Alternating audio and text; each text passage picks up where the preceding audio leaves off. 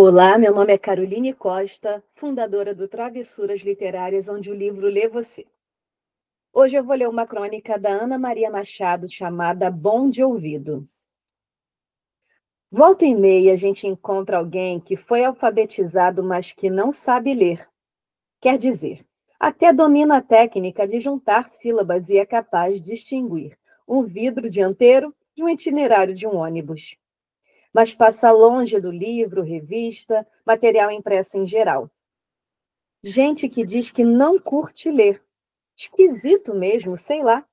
Nesses casos, acho que é como se a pessoa estivesse dizendo que não curte namorar. Talvez nunca tenha tido a chance de descobrir como é gostoso. Nem nunca tenha parado para pensar que se tivesse alguma experiência desastrosa em um namoro ou em uma leitura, isso não quer dizer que todas vão ser assim, não é?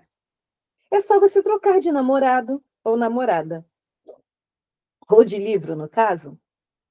De repente, pode-se descobrir delícias que nem imaginava, gostosuras fantásticas, prazeres incríveis. Ninguém deveria ser obrigado a namorar quem não quer, ou ler o que não tem vontade. E todo mundo deveria ter a oportunidade de experimentar um bocado nessa área, até descobrir qual é a sua. Durante 18 anos, eu tive uma livraria infantil. De vez em quando chegavam os pais e avós e a mesma queixa era recorrente. O Joãozinho não gosta de ler, o que eu faço? Como eu acho que o ser humano é curioso por natureza e qualquer pessoa alfabetizada fica doida para saber o segredo que tem dentro de um livro, desde que ninguém esteja tentando lhe impingir essa leitura feito remédio amargo pela goela abaixo, eu não acredito mesmo nessa história de que criança não gosta de ler. Então, o que eu dizia nesses casos não variava muito. A primeira coisa era como se: para de encher o saco de Joãozinho com essa história de que ele tem que ler. Geralmente em termos mais delicados eu falava: por que não experimenta aliviar a pressão em cima dele e passar uns 6 meses sem ficar dando conselhos de leitura? O passo seguinte era a seguinte sugestão: experimente deixar um livro como esse ao alcance de Joãozinho, um lugar onde ele possa ler escondido, sem parecer que está fazendo a sua vontade. No banheiro, por exemplo. E o que eu chamava de um livro como esse, já na minha mão estendida em oferta, podia ser um exemplar do Menino Maluquinho, de Ziraldo, ou Marcelo Marmelo Martelo, de Ruth Rocha, ou O Gênio do Crime, de João Carlos Marinho. Haviam altos títulos que também serviam, mas o fato é que em 18 anos de experiências, nunca, em caixa alta, nenhuma única vez, apareceu depois um pai reclamando que aquela sugestão não tinha dado certo. Pelo contrário, incontáveis vezes o encontro já incluía um Joãozinho entusiasmado, comentando um livro lido e dispostos a fazer novas descobertas. Para adolescentes e jovens, a coisa fica um pouquinho mais complicada. Não porque não haja livro bom o suficiente como os que eu citei. Pelo contrário, tem de montão. Eu seria capaz de encher páginas e páginas só dando sugestões e comentando como cada uma delas é interessante. A quantidade chega a ser atrapalhar a escolha, e esse não é o problema definitivamente. Mas aí entra em cena muitas outras variáveis. O fôlego da leitura do sujeito, por exemplo, igualzinho ao que acontece nos esportes. Como quem sabe, quem não vai aguentar 90 minutos e então nem bate uma bolinha dizendo que acha que futebol é um jogo idiota. Há quem desanime só de ver os números das páginas de um livro, o tamanho da letra, o fato de não ter ilustração.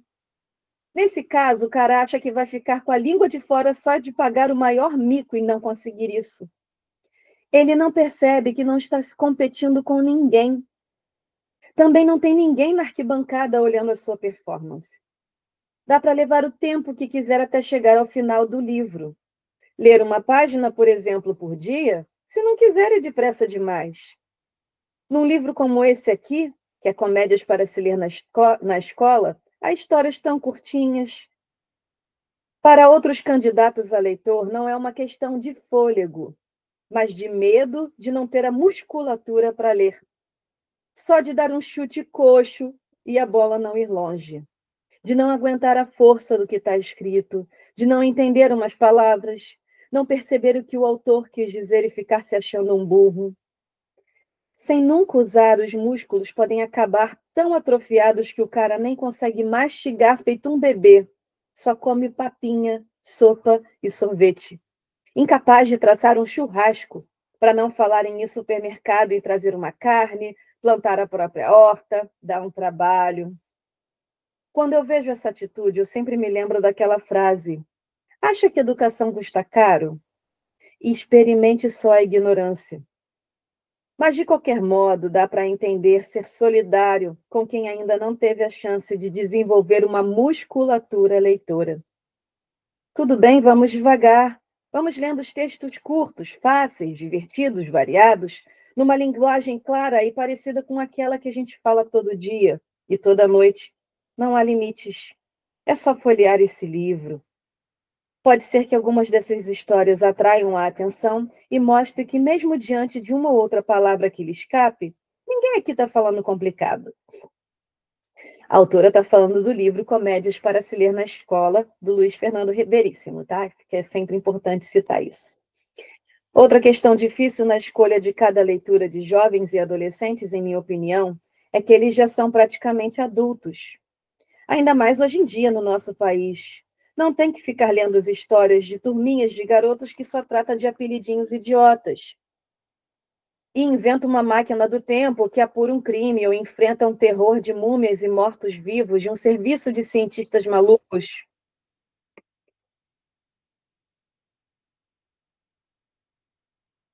Quando os livros que são de adultos querem que entre jovens leiam esse ou não, ou pior ainda, aqueles do século XIX, já estamos no XXI. Podem ser ótimos, importantes e tudo mais. Ninguém está negando isso. Mas não são o tipo de leitura ideal para aquele primeiro namoro de leitura, lembra? Cheio de delícias e gostosuras, quando o leitor não tenha nem ainda 20 anos. E tem mais, nessa idade, todo mundo gosta de procurar sua tribo. Há quem gosta de pagode, há quem se amarra em música sertaneja, quem só queira saber de rock. A turma que madruga e trabalha e batalha para conciliar estudo e trabalho. Há aquele pessoal que discute leitura e faz manifestação. E há aquela moçada também que não está nem aí. Se eles não vestem igual, não frequentam os mesmos lugares, não se deslocam nos mesmos transportes, não curtem os mesmos tipos de música e não falam o mesmo tipo de gíria, como é que, de repente, a gente vai encontrar um livro, assim como Um Menino Maluquinho para Jovens, capaz de atingir a todos, que são tão diferentes assim? A sorte aqui no Brasil é incrível e pode-se descobrir essas coisas. A nossa cultura tem sido capaz de revelar, de vez em quando, alguns artistas assim, porta-vozes de todos, tipo um Chico Buarque na música, ou um filme como Central no Brasil no cinema e muitos outros. Mais do que isso, tem sido uma performance da preocupação da arte brasileira desde o modernismo de 1922. Procurar, ao mesmo tempo, inventar uma linguagem nova e expressar-se de uma maneira reconhecida por todos nós, nossa brasileira. No caso da literatura, um escritor que surgiu desde essa época teve que, em algum momento, decidir que tipo de língua usar e usar para ajudar a criar uma linguagem escrita brasileira. Um português que não seja artificial, enquadrado e certinho, como os que impingiam os gramáticos lusitanos, mas que também não transforme um vale-tudo em locutores esportivos, tão pretensiosos, ignorantes e cheios de erros, tão consagrador nas manias pessoais, que pode acabar levando a uma situação que dali a algum tempo ninguém mais se entende. Enfim, os escritores brasileiros do século XX tiveram que enfrentar o desafio de estabelecer o português do Brasil fiel ao espírito dos idiomas que herdamos, mas atento ao que se diz de verdade pelo que está aí fora, tanto nas casas quanto nas ruas. O português correto, mas brasileiro.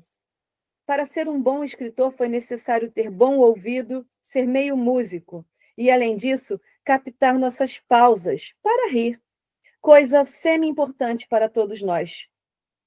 Tem humorista que acha que é escritor. Nem sempre dá certo. Às vezes fica até meio patético, sem graça, sem garra. Dá pena. Mas talvez ainda assim seja pior o caso dos escritores metidos engraçados. Dão mais pena ainda aquele de constranger o leitor. Ainda bem que no Brasil, nesses casos são até raros. Temos uma belíssima tradição de excelentes escritores humoristas. Gente que tem um texto límpido, ágil, maravilhosamente agudo e inteligente. Autores que leem muito, ouvem muita música, veem muita imagem, se metem no palco, transitam entre as artes, uma e outra. São artistas que sabem plasmar a linguagem para que lhes obedeça. Autores que conhecem profundamente o idioma e que são capazes de relacionar fatos cotidianos com episódios históricos, carregá-los de alusões culturais e revivar uma lógica pelo avesso. Com isso, mostram seus ridículos, expõem seus absurdos, arrancam gargalhadas à vontade. Nomes como Milor Fernandes, Ivan Lessa, Stanislau Ponte Preta, Aldir Blanc. Nessa companhia, Luiz Fernando Veríssimo está absolutamente à vontade. É um dos grandes na área, com toda certeza, e um dos seus pontos altos e originais da nossa literatura. A praia do Veríssimo é o cotidiano, principalmente na intimidade. Conversas entre quatro paredes e lembranças solitárias de infâncias e adolescências constantemente passadas a limpo. Os desígnios de Deus, em geral, mascarados sob uma forma clássica das velhas anedotas e de um grupo de pessoas que se mostra ali e que se apresentam diante de São Pedro. Mas o tema não é mais importante. Sobre qualquer assunto e qualquer pretexto, o autor revela suas obsessões. Fala das mesmas coisas, preocupa-se com o social e com o ético, despreza solenemente e economicamente, e encontra-se cada vez mais maneiras novas de dizer isso, como se nunca tivesse feito antes. As situações podem ser cotidianas, mas os ângulos geralmente são insólitos e inesperados. Ou então, reforçam já esperadamente, mas com exatas pitadas de exageros, que a caricatura até parece um retrato realista pelo avesso, em que o lado cômico é revelado em sua verdadeira grandeza e no sentido profundo que lhe parece nitidez. Para conseguir isso, Luiz Fernando Veríssimo conta com seu magistral domínio da linguagem e o ritmo da narração. Tem admirável economia do uso das palavras. Tudo é enxuto, nada sobra. No país do barroco, que é quase minimalista, seus diálogos dão até a impressão de que saíram de uma fita gravada. Mas é só a gente lembrar da realidade das transcrições de conversas gravadas, cada vez mais frequentes das denúncias dos escândalos pela imprensa, para perceber como essas impressões são falsas. Estamos diante daquele processo de Carlos Drummond de Andrade que descreveu tão bem, que ao dizer que queria a beleza da simplicidade, mas não a beleza que nasceu do simples, mas a beleza do que tornou-se simples. Fruto de uma atenção impiedosa, muito trabalhosa, aguda, e de uma consciência de como cortar. Não se enganem, pode parecer que Luiz Fernando Veríssimo é nem um passarinho. Abre o bico e sai cantando sem qualquer esforço. É um dom natural. Mas isso, a arte não existe. Mas em arte isso não existe. E como estávamos falando de um artista da palavra, alguém que vê linguagem, como dizia Ronald Barthes, o crítico Roland Barthes, para caracterizar um escritor. Se alguém duvida, vá direto a uma das crônicas selecionadas, como Palavreado ou Desenfrenação. Mas se não quiser pensar em nada disso, não faz mal, relaxe e aproveite. Curta as histórias, as piadas, o jeito de falar. Seja num relatos de desencontros chamados equívocos, nas historinhas com moral escondidas que batizei de fábulas, nas divagações sobre um tema falando sério, ou em memórias outros tempos, nas brincadeiras como linguagem ou estilo. Sempre uma gostosura, sempre puro prazer, um jardim de delícias. Depois de ler esse livro, duvido que alguém jovem ainda seja capaz de dizer sinceramente que não curte ler. E para não ficar achando que só gosta desse livro, que leia outros de outros autores. Aposto que, na sua maioria, os novos leitores vão se viciar em livros e sair procurando outros textos, outros autores, com vontade de um dia chegar a escrever assim. Quem sabe? O Veríssimo nunca pensou que ia ser escritor quando crescesse. Seu negócio mesmo era ser um bom em saxofone, instrumento que ainda arrasa, escondido. Mas com essa história de ser músico, desenvolveu tão bom ouvido e acabou assim. Ele ouve histórias e conta pra gente, até o que pensamos, sentimos e sonhamos em silêncio, em qualquer idade. Até a próxima.